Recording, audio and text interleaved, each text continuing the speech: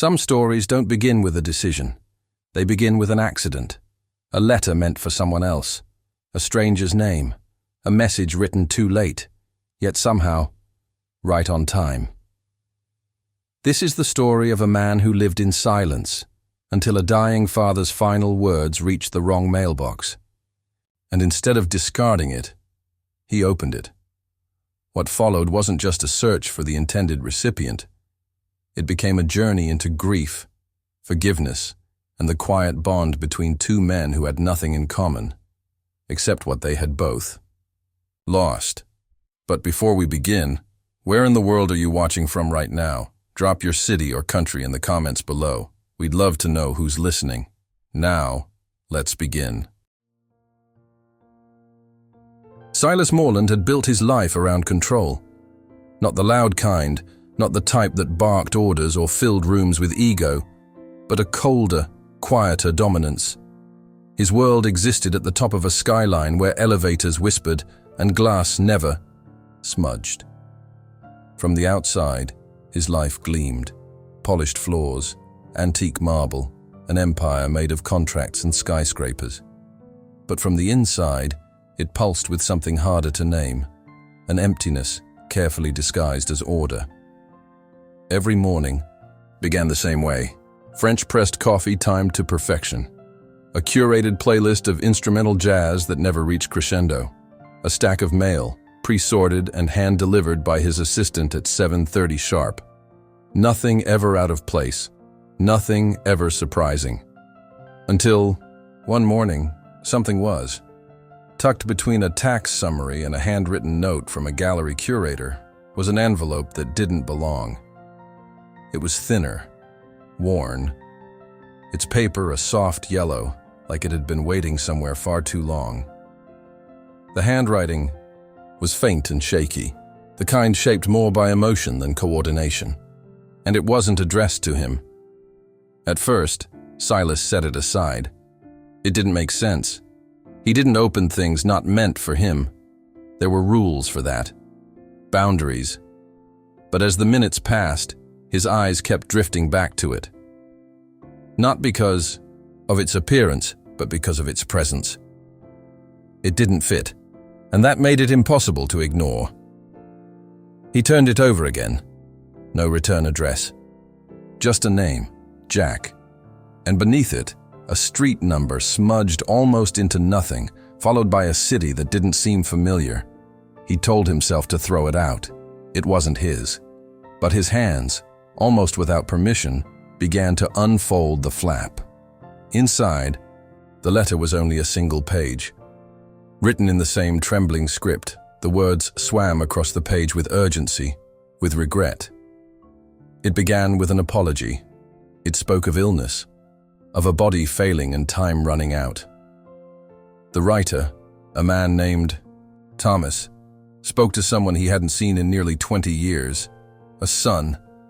He wrote of mistakes he couldn't undo, of nights haunted by silence, of a final hope, that these words might find their way into the hands of the boy he had failed. Not to ask for absolution, but to offer something close to the truth. A final, clumsy gift wrapped in sorrow. Silas sat perfectly still, the paper trembling faintly between his fingers. He'd read apologies before. Legal ones, corporate ones, carefully worded admissions designed to shield reputations. But this wasn't polished. It was raw, fractured, human. He didn't know who Thomas was, or Jack, but he could feel the weight behind the words. A lifetime condensed into a single page. The desperate kind of writing that only comes when someone knows there won't be a second chance. And in that moment, something unexpected happened. Silas felt something. Not pity, not curiosity, but a disturbance. As if this letter, misplaced in his world of symmetry and silence, had punctured something dormant inside him, something long buried beneath schedules, portfolios, and polite conversations that never touched the heart. He read the letter again. Slower this time, letting each word land. If I could go back, If I could be the man I wasn't brave enough to be, I would. I was never good at saying what mattered. So I'll say it now. I loved you. I never stopped. And I am sorry. For everything. If you read this, I hope you'll remember me not for the years I missed, but for this final one I didn't let pass in silence. Silas folded the letter carefully, almost reverently, and placed it back in the envelope. His morning meetings waited. A call from Geneva blinked on his screen, but he ignored them, because now his world, the one he had mastered, felt different. All because of a letter that wasn't his. A letter that had never been meant to arrive here, but had arrived all the same. The letter stayed with Silas, not just physically, folded neatly beside his desk, but mentally, like an echo he couldn't silence. In a life dictated by numbers, projections, and logic, it had no place. And yet, it took up space. More than it should have. More than he wanted it to. He read it again that night, and again the next morning. Not because he didn't understand it, but because he needed to feel it one more time. As if rereading would help him make sense of why it mattered to him at all. He didn't know Jack, he didn't know Thomas, but he knew something about distance, about words never said, about letting silence do the talking for so long that you forget how to speak the truth when it matters. That part felt less like someone else's story, and more like a mirror. He told himself it wasn't his responsibility, that the letter could have been lost, misdelivered. He owed nothing to anyone involved. And yet, some things don't let go just because we tell them to. On the third day, he gave in. Silas began by analyzing the letter the way he analyzed properties, carefully, methodically, like a blueprint.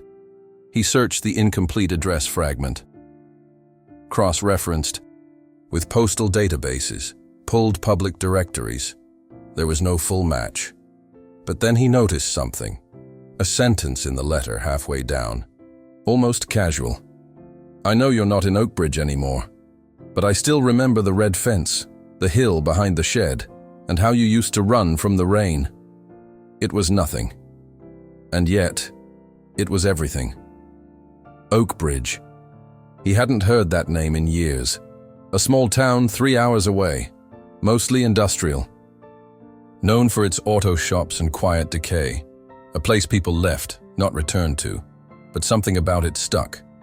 He called in a favor, a former investigator he once hired for due diligence on a competitor. Silas didn't explain much, just a name, a town, and a request to find a man named Jack. No last name, no other details. The reply came faster than expected. There was a Jack Mason, age 29, working at a small auto repair garage outside Oakbridge. No criminal record, no social media presence, just a quiet, blue-collar existence tucked away from notice. That should have been enough. But it wasn't. Silas cleared his calendar, something he almost never did. No excuses, no explanations. He left the tower that morning without telling anyone. Where he was going, no chauffeur, no assistant, just him, a rental car, and the letter in his inside coat pocket. He drove for hours, alone with the hum of the road and the weight of someone else's story in his chest. The sky outside faded from steel gray to softer tones. Trees passed by like ghosts, and for the first time in a long while, Silas wasn't rushing toward anything. He was just moving. When he reached Oakbridge, it felt like time had slowed. Everything looked like it had once been newer, paint peeling, signs crooked, silence lingering in the spaces between shops. And there, tucked beside a weather-worn diner, was a squat building with a dented sign, Briggs Auto Repair. He didn't go in. Not yet. Instead, he parked across the street and watched. A man emerged from the side bay, wiping his hands on a rag that had long since given up its original color. tall, maybe late 20s, with a tired posture and eyes that didn't miss much. He spoke to a customer briefly, pointed at the hood of a car, then disappeared inside again. That was Jack. There was no doubt in Silas's mind. He didn't know. How he knew? He just did. For over an hour, Silas sat without moving, just watching, measuring the man not by what he said, but by how he moved. There was something in Jack's demeanor, a heaviness, not from hardship alone, but from the kind of disappointment that grows quietly over time. He didn't carry himself like someone broken, but like someone who had stopped expecting much. And that, more than anything, confirmed it. This was the letter's destination. But Silas wasn't ready to deliver it, because the more he watched, the more uncertain he became. He didn't know what opening this wound would do, whether it would heal or harm, whether the letter would be a bridge or a knife. So instead of walking in, he returned the next morning and the morning after that. Each time he watched Jack from a distance. He noticed the way he talked to an elderly customer, patient, soft-spoken, never condescending. He watched him give a sandwich to a teenager on a bike who clearly hadn't paid for it. He saw him pause, mid-task, just to stand in silence with grease on his hands and something unreadable in his eyes. This wasn't a man chasing anything. He wasn't rebuilding a life. He was maintaining what was left of one, and maybe that's what made Silas hesitate. He had spent years building towers that touched the sky. Jack was just trying to stay on his feet, and Silas wasn't sure he had the right to change that balance. But he couldn't ignore the truth either. Jack deserved the choice to know or not to know, to open or to bury, to forgive or to never speak of it again. It wasn't Silas's place to decide. It was just his place to deliver. That night, back at the roadside motel he hadn't stayed in since his 20s, Silas unfolded the letter once more. He read the words again, not as a stranger, but as someone who had once wished for a letter like this from his own father, and never got one. He looked at the name at the top, Jack, and for the first time said it out loud. Not as a name, but as a promise. Tomorrow, he would deliver the letter, not because it was his job, but because some goodbyes only matter if they arrive, even if they come too late. The next morning came slower than usual. Silas awoke before the alarm, not from rest, but from something heavier, a sense of purpose that felt strange, unfamiliar, like wearing someone else's coat. He dressed in silence, folded the letter carefully into the inside pocket of his coat, and left the motel without breakfast. There was no plan, just a direction. The auto shop opened early, a single garage door already rolled up. Jack stood beside a lifted truck, adjusting a headlamp with the quiet intensity of someone who didn't rush, but never lingered. His hands moved with certainty, the kind that comes not from passion, but from repetition. He didn't look up when Silas approached, so Silas didn't speak. He stood across the street, watching again. But this time, he wasn't just observing a stranger. He was studying a life that had grown in the absence of a father, a man formed in the echo of someone else's failure. Jack moved with quiet grace, the kind that goes unnoticed by most. He greeted each customer with a nod, no fanfare. He fixed what was broken, then stepped back into the shadows. He didn't sell. He didn't smile much, but he never turned anyone away. Mid-morning, Silas crossed the street, not with the letter, just with a question. He waited near the entrance until Jack finished with a customer. When the younger man looked up, there was a flicker of suspicion, not fear, just the instinct of someone used to people appearing and leaving without warning. "Need help with something?" Jack asked, wiping his hands. Silas hesitated, then shook his head. "Just passing through." Jack raised an eyebrow but didn't press. He nodded once, turned back to the open hood, and got back to work. Silas didn't leave. Instead, he sat on a bench near the diner next door, sipping bitter coffee from a paper cup. He watched Jack work. He watched how the boy from the letter had become a man without a father, yet somehow hadn't lost his capacity for care. There was a steadiness in Jack that Silas rarely saw in his world, the kind of quiet strength that doesn't advertise itself. For the next few days, Silas became part of the background. He visited the same diner, walked the same sidewalk, made small talk with the shop owner, watched Jack without intrusion. And in the spaces between those quiet moments, something began to settle inside him. He didn't see a broken man. He saw someone who had learned to live without expecting anything, and that was harder than forgiveness. On the fourth day, Silas returned to the motel early and took the letter from his pocket. He held it in his hands for a long time, not because he doubted what he was doing, but because he knew this paper, once handed over, would become something heavier, not just ink on a page, but a weight, a crack, maybe even a wound, and he had to be sure Jack was ready to hold it. The next morning, Silas waited until Jack stepped out behind the shop for a cigarette. He approached slowly, this time with the envelope in his hands. "Jack," he said gently. Jack turned, surprised. "Yeah?" Silas offered the envelope without a word. Jack didn't take it, just stared at it, then at Silas. "What's that?" "A letter." "It came to me by mistake," Silas said. "But it was meant for you." Jack narrowed his eyes. "From who?" "Thomas." The name landed like a thud in the space between them.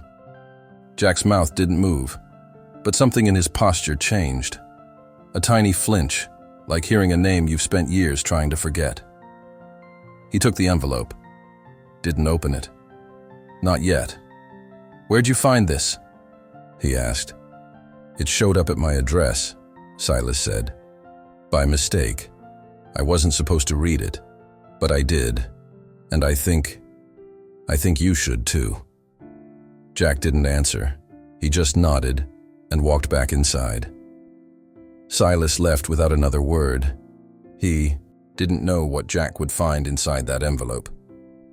He didn't know if the words would bring peace or pain. But he knew this. Some letters arrive late, and others exactly when they're supposed to. He sat alone that night, back at the motel, staring at the ceiling. He didn't sleep. He didn't need to. He had done what needed to be done. The next morning, he returned to the diner. Jack was already there, alone. Coffee half empty. The envelope sat beside him, torn open. He didn't look up when Silas approached, didn't smile, didn't frown. But he gestured to the empty seat across from him. Silas sat down. Jack finally looked at him. "That man wasn't my father," he said. Silas blinked. "I'm sorry?" "He's the man who left. My mom used to whisper his name when she thought I was asleep. Thomas. She never told me much, but I remembered enough to know he walked away when I was 5. He paused, swallowed. "I always assumed he was dead, or just didn't care." Silas said nothing. Jack looked out the window. Reading that letter, it didn't make things better, didn't fix anything. But for the first time, I saw him try, even if it was too late. Silence, then softer. "And maybe that's enough." Silas nodded, not in agreement, but in understanding. Because sometimes the truth doesn't come to heal. It comes to let something finally settle. Silas had delivered the letter. He thought that would be the end, that he could return to his world of elevators, contracts, and endless silence, knowing he had done something good, something rare. But some actions don't leave when you close. The door behind them, they linger, shift, echo, and something about Jack stayed with him. Maybe it was the way he didn't cry. Maybe it was how he held the letter like a fragile animal, not afraid of it, but unsure how to carry it without breaking. Something else inside, or maybe it was what he didn't say. Silas returned the next morning. No plan, just a need to see what truth looked like after the dust had settled. Jack was under a car when Silas arrived. He slid out slowly, wiped his hands, and looked at him for a long moment. Not angry, not grateful, just clearer.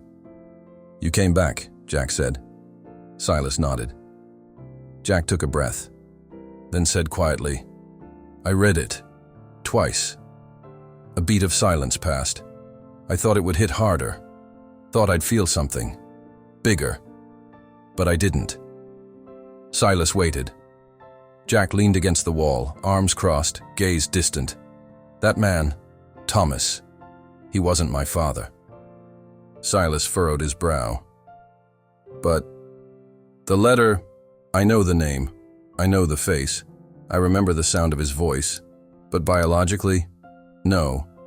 My mom told me late, years after he'd left, said she was trying to protect me, said real love wasn't always blood, and I believed her. I still do." He paused. "But Thomas, he was the man who walked out the door and never came back." The air grew still around them. Silas didn't interrupt. He let Jack speak. Because it wasn't just a letter being opened now. It was something older, something heavier. "I didn't hate him," Jack continued. "I just stopped thinking about him. You can't miss what you never really had, right?" He glanced at Silas. There was no bitterness in his face, only resignation, like someone who had made peace with a puzzle that no longer needed solving. "But when I read that letter," Jack said, "when I saw how much it hurt him to write it, I realized something I never expected." He looked down at his hands. "I wasn't angry at him. I was angry at me." Silas blinked. "At you?" Jack nodded, slowly. "For not needing him.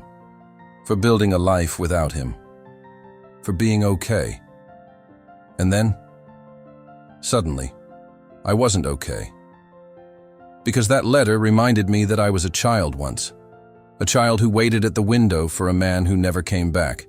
And even though I buried that version of myself, that kid still lives somewhere inside me." Silas felt a tightness in his chest, not just for Jack, but for himself. Because he too had a version of a father that existed more in absence than presence. A name on checks, a voice in voicemails, a man who taught him to win, but never to feel. And now, listening to Jack, he realized something difficult. Perhaps he had spent his entire adult life proving to a ghost that he didn't need anyone, and yet still secretly waiting for someone to prove him wrong. Jack looked up again. "I'm not going to go looking for him. I don't want closure. I don't want to write back." He held up the letter. "But I'm going to keep this." Silas didn't ask why. Jack told him anyway. "Because no one ever told me that I was loved. Not like that. Not with that kind of desperation. And maybe it wasn't true. Maybe he just needed to believe it at the end. But part of me needed to hear it, even if it came from a lie." Silas felt the weight of those words settle deep. A lie. But not entirely. A man who wasn't his father, but still tried to act like one in his final hour, a truth wrapped in fiction. Or maybe fiction carrying something truer than blood. Jack put the letter back into his coat. "I'm not angry," he said again, as if saying it twice would make it real. "I just don't know what to do with the piece of me that suddenly feels seen." Silas understood, because he had carried that same piece, invisible for years. They stood in silence after that. No moral, no neat ending. Just two men bound by a story neither of them wrote. And yet both were part of now. Before leaving, Silas reached into his pocket and took out something small, a slip of paper with a name and a location. Jack looked at it, then at Silas. "He's still alive?" Jack asked. Silas nodded. Hospital, terminal, no visitors. Jack didn't take the paper. He just stared at it. Then quietly, "Did he ask about me?" Silas thought for a moment, then answered honestly, "He hoped." Jack gave a half smile, the kind that's made of equal parts warmth and ache. Hope's not the worst thing to leave behind. Then he turned back toward the shop, engine grease already staining his fingers again. Silas stood there for a while longer, holding the slip of paper alone, wondering what mattered more: truth, biology, memory, or simply the act of trying, because sometimes what we call a mistake arrives right on time. Silas Morland returned to the city intending to slip back into his life as if nothing had changed. The skyline greeted him with familiar indifference. Elevators moved without hesitation. Assistants scheduled, rescheduled, and confirmed his days, like clockwork. Everything was exactly where he'd left it. But he wasn't. The letter was gone. Delivered. The story, technically, over. And yet, it wasn't. Something about Jack's quiet ache had rooted itself inside Silas. The way he had folded the letter so carefully, the way he said, "Maybe that's enough," as if he didn't quite believe it. And the silence where a father should have been. Silas knew that silence too well. He found himself searching, not for Jack this time, but for Thomas. Not to reconnect them, not to reunite father and son. That moment had passed, but something in Silas couldn't let it end with ink on paper. There had to be more.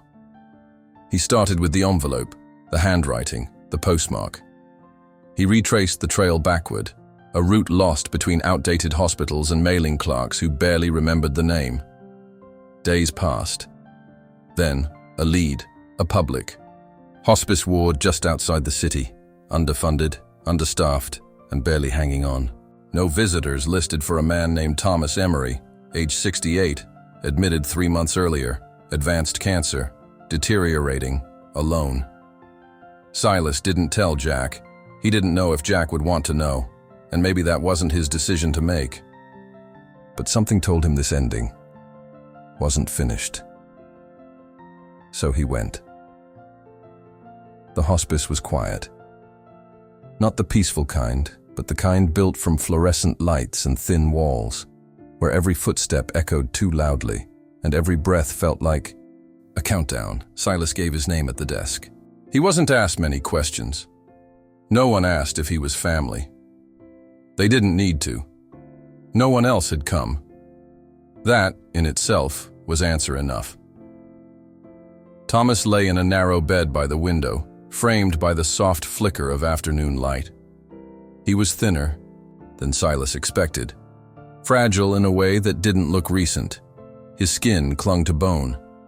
His breathing came in shallow waves, but his eyes were open, barely. Silas stepped into the room and didn't speak right away. He didn't know how.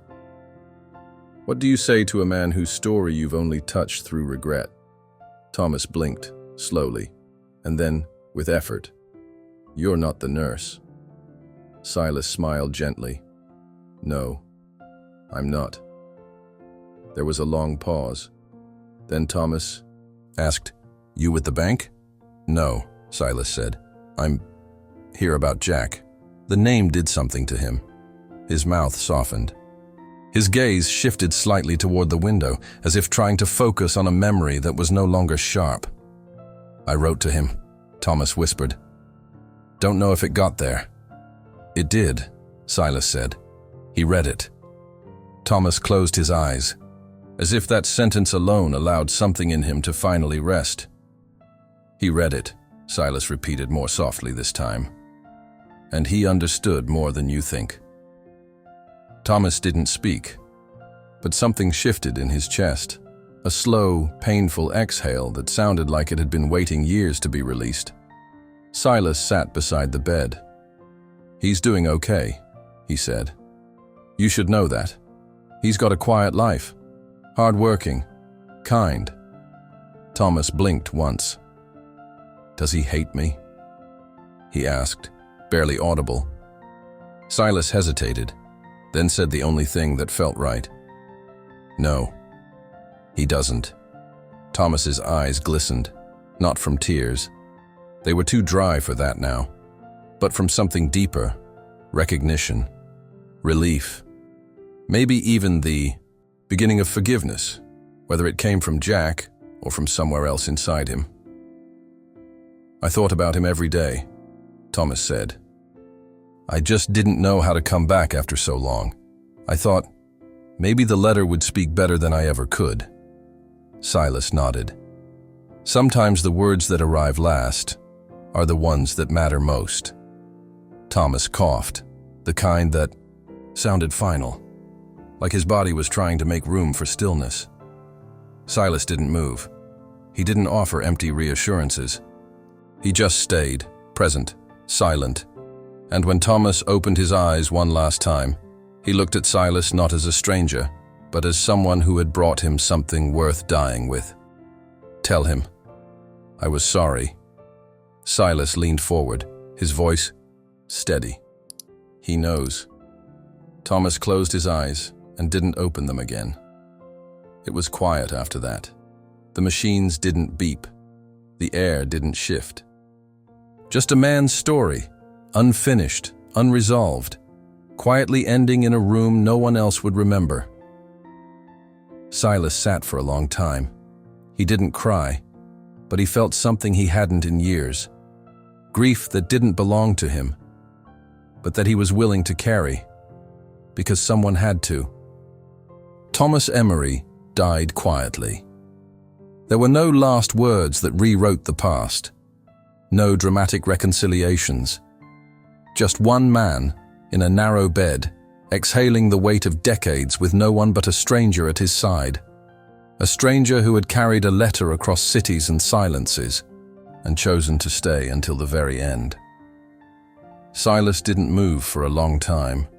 He sat in the thin plastic chair by the window, watching the late afternoon light slip across the floor like a fading memory. A nurse came in, checked his pulse, made a note. She looked at Silas and nodded gently, as if to say, "You did something good." But Silas wasn't sure what it was. All he knew was this. A man who had once walked away from everything had, in the end, been seen. And maybe, just maybe, that was enough. He walked out of the hospital and into the dimming city, carrying no possessions, only the memory of a final breath and the weight of someone else's goodbye.